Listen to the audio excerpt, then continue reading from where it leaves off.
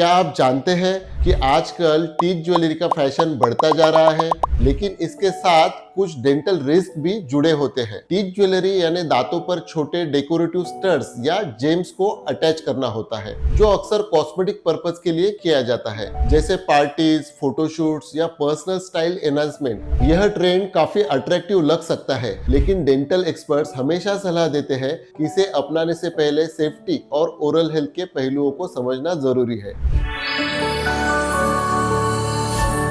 Teeth jewellery को attach करने के कई तरीके होते हैं। सबसे कॉमन तरीका है डायरेक्ट बॉन्डिंग, जिसमें छोटे जेम्स को कंपोजिट रेजिन या डेंटल एडेसिव से टूथ सरफेस पर अटैच किया जाता है। कभी कभी पियर्सिंग बेस्ड अटैचमेंट भी किया जाता है, जिसमें टूथ ड्रिलिंग की जरूरत होती है, और यह ज्यादा रिस्क वाला तरीका है। कॉस्मेटिक बेनिफिट्स की बात करें तो यह आपके स्माइल में ग्लैमर ऐड कर सकता है और पर्सनल स्टाइल शो करने का मौका देता है। नॉन परमानेंट ऑप्शंस के जरिए रिमूवेबल जेम्स से आप लुक बदल भी सकते हैं, लेकिन इसके साथ कुछ संभावित नुकसान भी जुड़े होते हैं। इम्प्रॉपर बॉन्डिंग या ड्रिलिंग से इनेमल वीकन हो सकता है। ज्वेलरी के आसपास प्लाक अकोमुलेशन से कैविटीज और डीके का रिस्क बढ़ जाता है।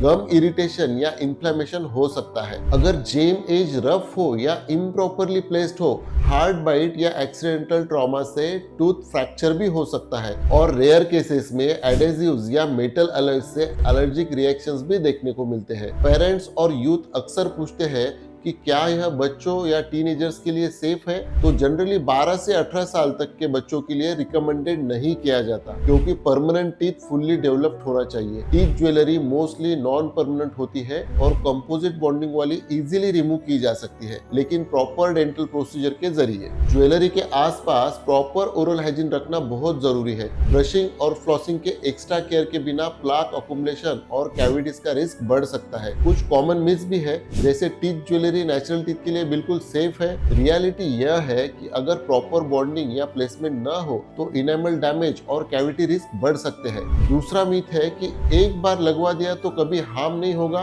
रियलिटी यह है कि एक्सीडेंटल ट्रॉमा या प्रोलॉन्ग वियर से इनेमल फ्रैक्चर और गम इरिटेशन हो सकते हैं। लेटेस्ट ट्रेंड्स और रिसर्च के अनुसार कॉस्मेटिक डेंटिस्ट्री में टीथ ज्वेलरी को स्ट्रिक्टली नॉन इन्वेजिव और रिवर्सिबल प्रोसीजर के रूप में ही रिकमेंड किया जाता है। 2022 की स्टडीज ने दिखाया गया कि प्रोफेशनली बॉन्डेड ज्वेलरी से इनेमल डैमेज रिस्क मिनिमल रहता है, लेकिन होम बेस्ड डीआईवाई मेथड से कॉम्प्लिकेशंस ज्यादा होते हैं। इंडियन अर्बन यूथ में टीथ ज्वेलरी का ट्रेंड बढ़ा है, लेकिन डेंटिस्ट हमेशा एडवाइस करते हैं कि प्रोफेशनल असेसमेंट और प्रॉपर बॉन्डिंग के बिना इसे अवॉइड करना चाहिए। टीथ ज्वेलरी को सुरक्षित तरीके से इस्तेमाल करने के लिए प्रिवेंटिव टिप्स में शामिल है कि केवल लाइसेंस डेंटिस्ट से ही बॉन्डिंग करवाएं, टेम्पररी और रिमूवेबल ऑप्शंस चुने, रेगुलर ब्रशिंग, फ्लॉसिंग और डेंटल चेकअप्स करें, और हार्ड फूड्स या ट्रॉमा से बचें। टीथ ज्वेलरी से स्माइल एनहांस हो सकती है और कॉस्मेटिक अपील बढ़ सकता है, लेकिन इसे अपनाने से पहले सेफ्टी और ओरल हेल्थ का ध्यान रखना जरूरी है। कॉस्मेटिक ब्यूटी और डेंटल हेल्थ दोनों बैलेंस होना चाहिए। टीथ ज्वेलरी ट्रेंड स्टाइलिश और अट्रैक्टिव है, लेकिन बिना प्रोफेशनल गाइडेंस और प्रॉपर केयर के यह इनेमल डैमेज, कैविटीज और गम इरिटेशन जैसी कॉम्प्लिकेशंस ला सकता है। याद रखें कि आपकी स्माइल की ब्यूटी और हेल्थ दोनों ही महत्वपूर्ण है। प्रॉपर प्रोसीजर और रेगुलर डेंटल मॉनिटरिंग से आप सुरक्षित तरीके से स्टाइल का आनंद ले सकते हैं। हर मुस्कान के पीछे एक कहानी होती है, और उस कहानी को हम दोबारा लिखते हैं। ओरोफेस, भारत का स्माइल एक्सपर्ट।